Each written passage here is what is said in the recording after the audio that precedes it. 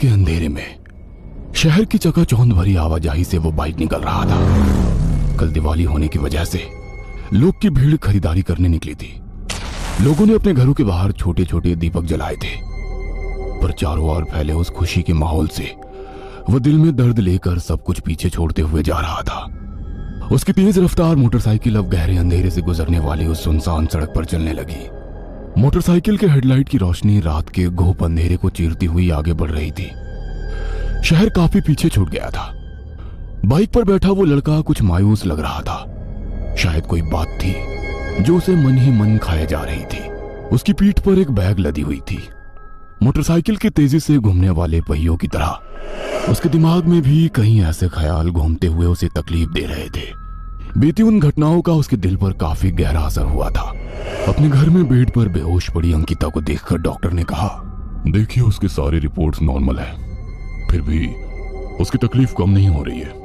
उसके पेट में जानलेवा दर्द हो रहा है, मतलब ऐसा उसका कहना है। उसे अस्पताल में भर्ती कराना होगा ताकि हम जान सके कि उसे हो क्या रहा है, या कोई दिमागी बीमारी है।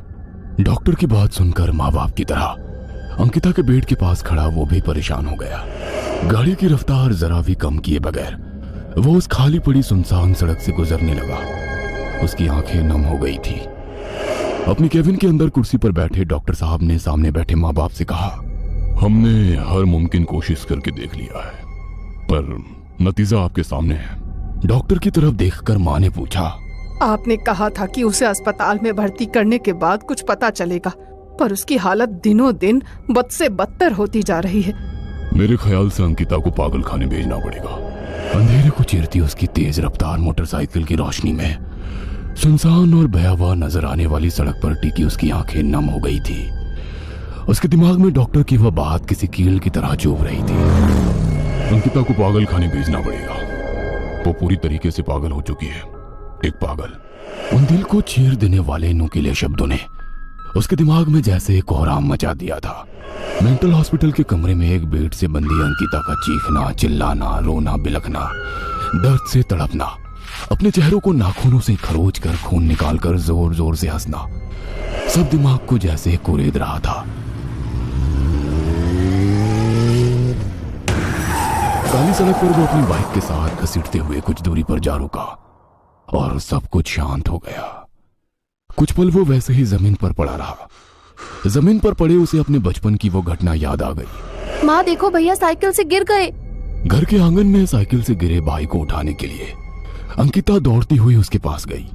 उसके हाथ पर थोड़ी सी खरोच आई थी, पर उस जख्म को सहलाते हुए अंकिता खुद ही रोने लगी। अरे पागल, चोट मेरे हाथ पर लगी है और दर्द तुम्हें हो रहा है। पर बिना कुछ बोले जमीन पर गिरे अपने भाई को संभालते हुए वो घर के अंदर ले आई। अपने भाई के लिए उसका प्यार देखकर माँ का दिल भी भर आया। उस दिन अंकिता की नम आंखें अभी भी उसकी नजरों के सामने से हट नहीं रही थी। गाड़ी से गिरने की वजह से उसके जिस्म में काफी चोटें आई थी। खून निकल रहा था, दर्द हो रहा था, पर उसे संभालने के लिए आज उसकी बहन साथ नहीं थी। खुद को संभालते हुए वो खड़ा हो गया और उसने मुड़कर देखा तो कोई नहीं था। जैसे तैसे वो खड़ा हो गया और उसे कुछ याद आ गया। मेरी बैग। उसने जमीन पर चारों ओर नजरें घुमाकर देखा तो बैग सड़क के किनारे पड़ी थी और वहीं पास में अस्थियों का कलश।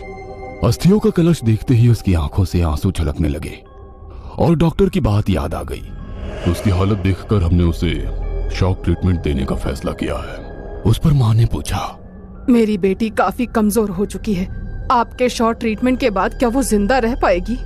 अपने आंसू पोंछकर उसने अस्थियों का कलश उठाया और बैग में रखकर दोबारा पीठ पर लाद दिया। जमीन पर पड़ी बाइक उठाकर दोबारा बाइक शुरू करने लगा, पर वो शुरू नहीं हो रही थी। वह किक मारने लगा, पर गाड़ी शुरू होने का नाम ही नहीं ले रही थी। क्या हुआ? देखो ना भैया, मेरी एक्टिवा स्टार्ट नहीं हो रही है। अंकिता लगातार स्टार्टर लगा रही थी। उसकी सहेली प्रिया और अंकिता दोनों फिल्म देखने जा रही थी। अपनी बहन के सिर पर हाथ रखते हुए उसने कहा, अरे पापा की परी, कभी इस माँ के मगरमच्छ का भी सुन लिया कर। कंपनी ने इस गाड़ी में किक भी दी है। तभी पीछे खड़े पापा ने जरा गुस्से आवाज में कहा, तुम्हारी वजह से मैं इसे जाने की इजाजत दे रहा हूँ, पर रात होने से पहले इसे घर आना होगा, वरना। पापा की तरफ देखते हुए उसने कहा, पापा अब वो छोटी बच्ची थोड़ी है, उसे भी अपनी जिंदगी जीने का हक है। कब तक हम उस पर अपने विचार थोपेंगे? लेकिन बाहर की दुनिया देख रहे हो ना, आजकल क्या क्या कानों पर पड़ रहा है, लोग किस हद तक जा रहे हैं, कितना खतरा है। पापा, ये दुनिया हम लोगों से ही बनती है। जो लड़की मेरे लिए बहन है, किसी के लिए सिर्फ एक लड़की है, तो किसी के लिए एक खूबसूरत जिस्म। सच कहूं तो उन लोगों का डर उसके लिए सबसे बड़ा खतरा है, और मैं नहीं चाहता कि मेरी बहन को कोई डरपोक कहे। गाड़ी शुरू हो गई। हेडलाइट शुरू करके वो दोबारा उस सुनसान सड़क पर उसी स्पीड से चलने लगा। काफी खुशहाल और अच्छी फैमिली थी उसकी, माँ बाप और एक छोटी बहन जो मेडिकल कॉलेज के लास्ट ईयर में पढ़ रही थी। तो वो भी पढ़ाई पूरी करके मैकेनिक का काम सीख रहा था। ऐसे ही एक रात वो काम पर था। काम ज्यादा होने के कारण पिछले कई दिनों से उसे घर जाने में देर होती थी। रात के करीब 10 बजे होंगे, तभी उसके मोबाइल की रिंग हुई। उसने फोन उठाया तो उसकी माँ की कांपती हुई आवाज कानों पर पड़ी।